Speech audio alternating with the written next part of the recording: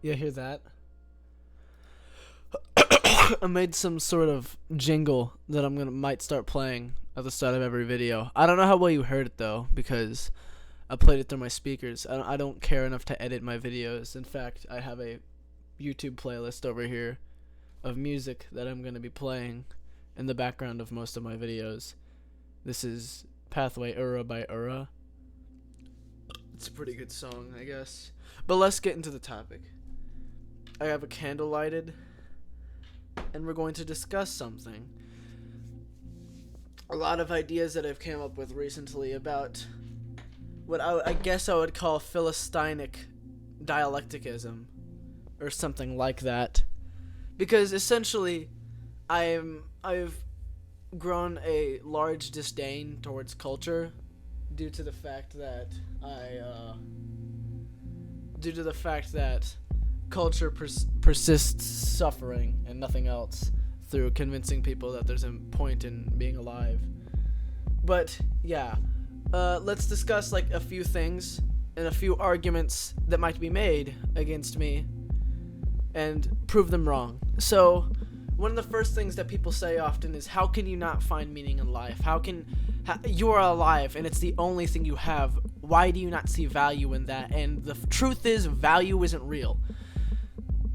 I don't value my life because why should I value anything? Because value isn't real. If it is real, what is it? I can't say, hey, this means to me. No, there is no quality in something that makes anything desirable. Desirability has been made by man to make us do. I mean, I desire the water. And the container has a desired purpose, which is to hold the water, but in the end, there's no point in this because there's no point in anything. Saying I have something and that's enough means nothing, because having nothing is just as fine as having something. It's a lie to tell yourself that having something means anything, because having nothing is just as fine. And here's another argument.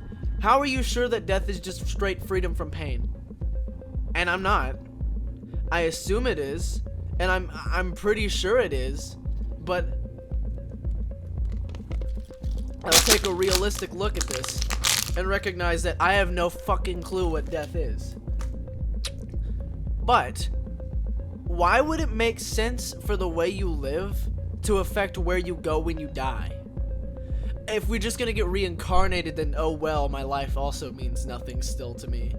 If I'm gonna go somewhere, then okay. If I'm gonna go to some next world where I live in the second planet with my consciousness still, then alright, okay, that's okay. I don't really care, but I mean, hey,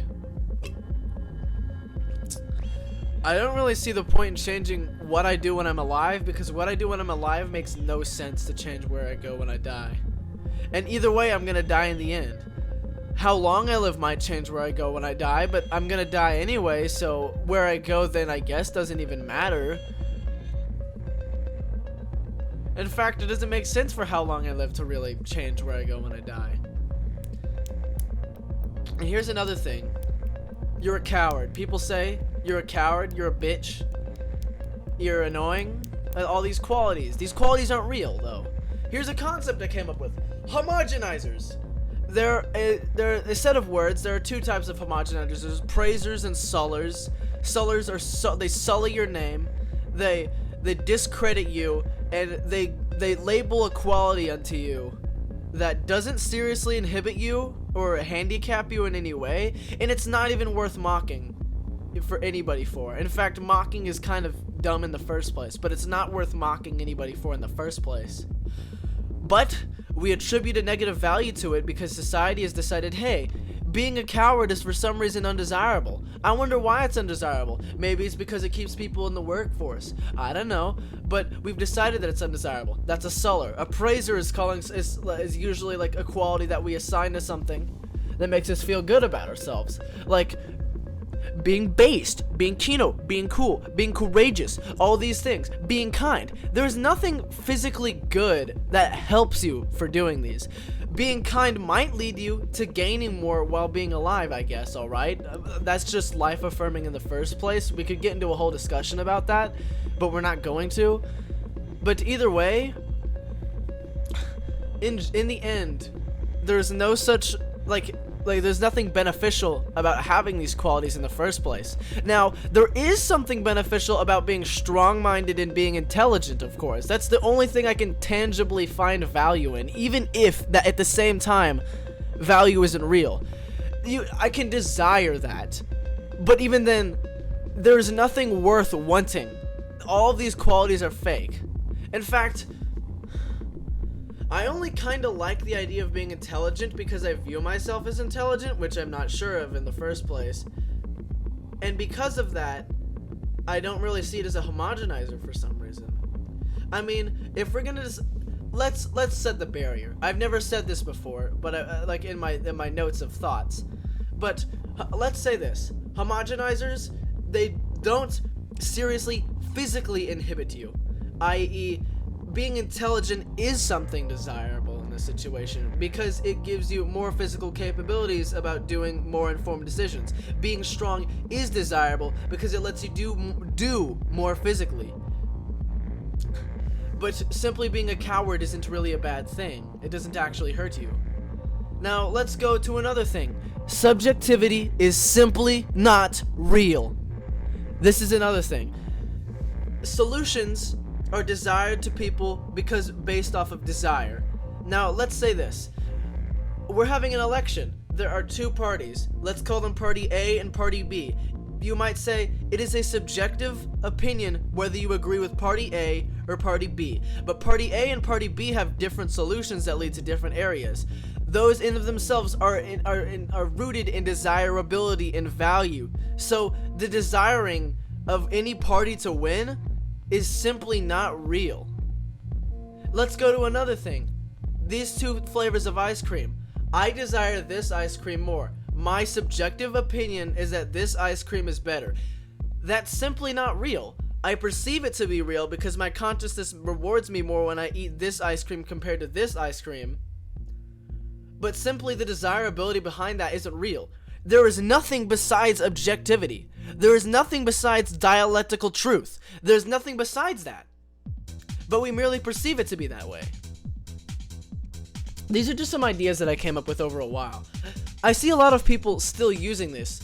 And I'm also going to announce another thing, actually, that's worth announcing. I got a Discord server. I made a Discord server for not, but just dialectical arguing, figuring out more about the physical world, and figuring out also just like it sounds like it'd be a funny idea for a person like me to have something like that.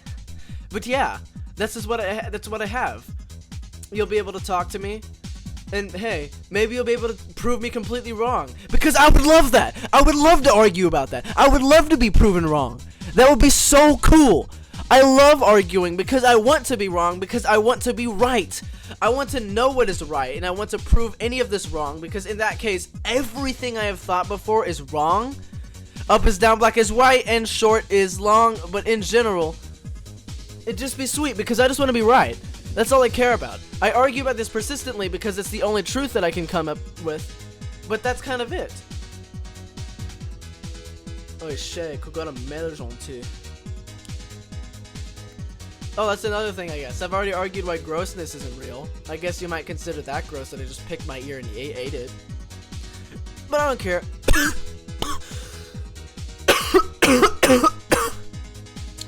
I guess that'll be the video for now. I wonder if this music is making it hard to hear me anyway. We'll see.